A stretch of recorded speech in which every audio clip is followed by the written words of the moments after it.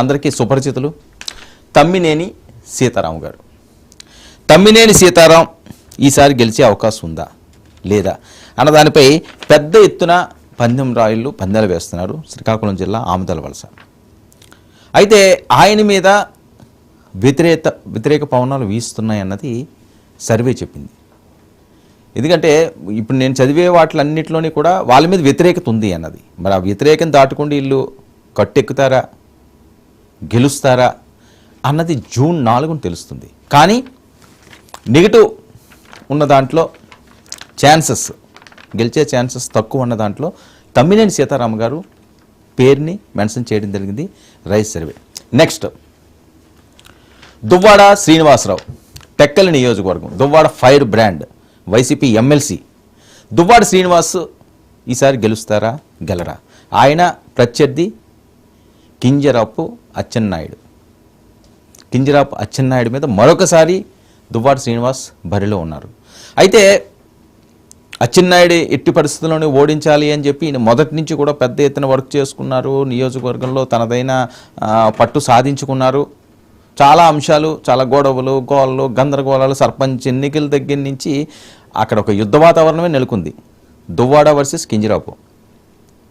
అయితే ఈసారి ఎన్నికల్లో ఖచ్చితంగా దువ్వాడ గెలుస్తామని ధీమా వ్యక్తం చేసినట్టు కుటుంబంలోనే ఆయనకి కాస్త ఇబ్బందికర పరిస్థితులు వచ్చినాయి. భార్య దగ్గర నుంచి ఎన్నికల ముందు ఆవిడ తీసుకున్న నిర్ణయాలు అవనివ్వండి, ఆవిడ మాట్లాడిన అంశాలు అవనివ్వండి, ఇవన్నీ కూడా వ్యతిరేకంగా ఉండే అవకాశం ఉంటుంది. ఓట్ బ్యాంక్ మీద ఈ ప్రభావం పడి ఉంటుంది అన్నది పెద్ద ఎత్తున జరిగిన చర్చ. అందుకని దువ్వాడికి కూడా ఈసారి టఫ్ ఫైట్. అందులో కింజరాపు వాళ్ళు అడ్డా అది. సో అక్కడ మరి ఈయన గట్టెక్కుతారా చూడాలి. Next MVV Satyanarayana, Visakhapatnam MP 2019. అయితే ఈసారి ఆయన తూర్పు నియోజకవర్గానికి వచ్చాడు. వెలగపూడి రామకృష్ణబాబు ప్రత్యర్థి, అపజయం ఎరుగని నేత, రికార్డు సృష్టించిన ఎమ్మెల్యే గెలుపులో. ఆయన మీద ఈయన బరిలో దిగారు. అంటే వెలగపూడి రామకృష్ణబాబు మీద గెలడం అన్నది చాలా కష్టం. ఎందుకంటే 2019లో వ్యతిరేక పవనాలు వీస్తున్నప్పటికీ కూడా తెలుగుదేశం పార్టీకి అసలు వారు వన్ సైడ్ అయిపోయింది వైఎస్ఆర్సీపీకి. అలాంటి టైంలోనే గెలిచిన వ్యక్తి అతను. అంత ఈజీ కాదు వెలగపూడి రామకృష్ణబాబు. ఓకే, ఆయనకి ఆర్థిక బలం లేకపోవచ్చు, వేరే అంశాలు లేకపోవచ్చు, క్యాస్ట్ పరంగా కూడా పెద్దగా ఓటు శాతం లేకపోవచ్చు, కానీ ఆయనకి ఆ నియోజకవర్గ ప్రజల్లో మంచి పేరుంది. ఎవరికైనా చీమ చిట్టుకుమన్నది అంటే ఈయన వెళ్ళి వాడిపోతాడు. మాస్ లీడర్, స్ట్రైట్గా చెప్పాలంటే ఒక మాస్ లీడర్. తన ఇవేమీ ఉండవు. ఎక్కడన్నా ఎవరికన్నా ఏదన్నా కావాలి అనుకుంటే, లేకపోతే అన్నిసార్లు గెలిపించుకోరు కదా ఒకే నియోజకవర్గంలో. ఒక నియోజకవర్గాలు మారి గెలిచిన వాళ్ళు, సక్సెస్ సాధించిన వాళ్ళు చాలామంది ఉన్నారు. కానీ ఒకే నియోజకవర్గంలో గెలిచిన వాళ్ళు చాలా తక్కువ మంది ఉంటారు.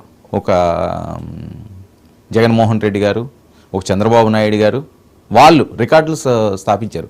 కానీ వెలగపూడిది కూడా అదే కోవకి, అదే నియోజకవర్గంలో సక్సెస్ సాధిస్తున్న వ్యక్తి. ఈసారి కూడా అటువైపే పవనాలు వేసే ఛాన్స్ ఉంది అని చెప్పి వస్తున్న టాక్. మరి ఎంవివి గట్టెక్కుతారా చూడాలి. నెక్స్ట్ గుడివాడ అమర్నాథ్ మంత్రి, ఐటీ శాఖ మంత్రి ఆంధ్రప్రదేశ్. గుడివాడ అమర్నాథ్ అనకాపల్లిలో 2019లో మంచి పట్టు సాధించారు, గెలిచారు. యువకుడు, మంచి యాక్టివ్గా ఉండే వ్యక్తి. కానీ ఆయన ఈసారి గాజువాకు వచ్చాడు.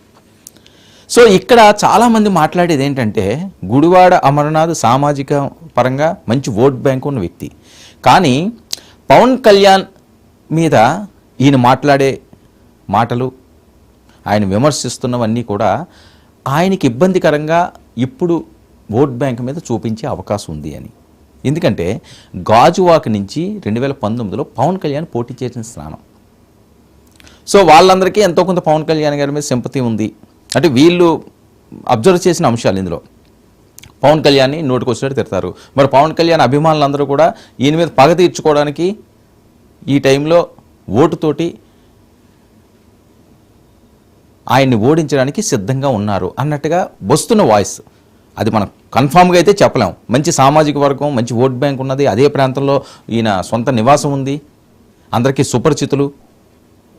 గుడివాడ గురునాథరావు గారి దగ్గర నుంచి కూడా గాజువాక మీద మంచి పట్టున్న ప్రాంతం వెలిగి.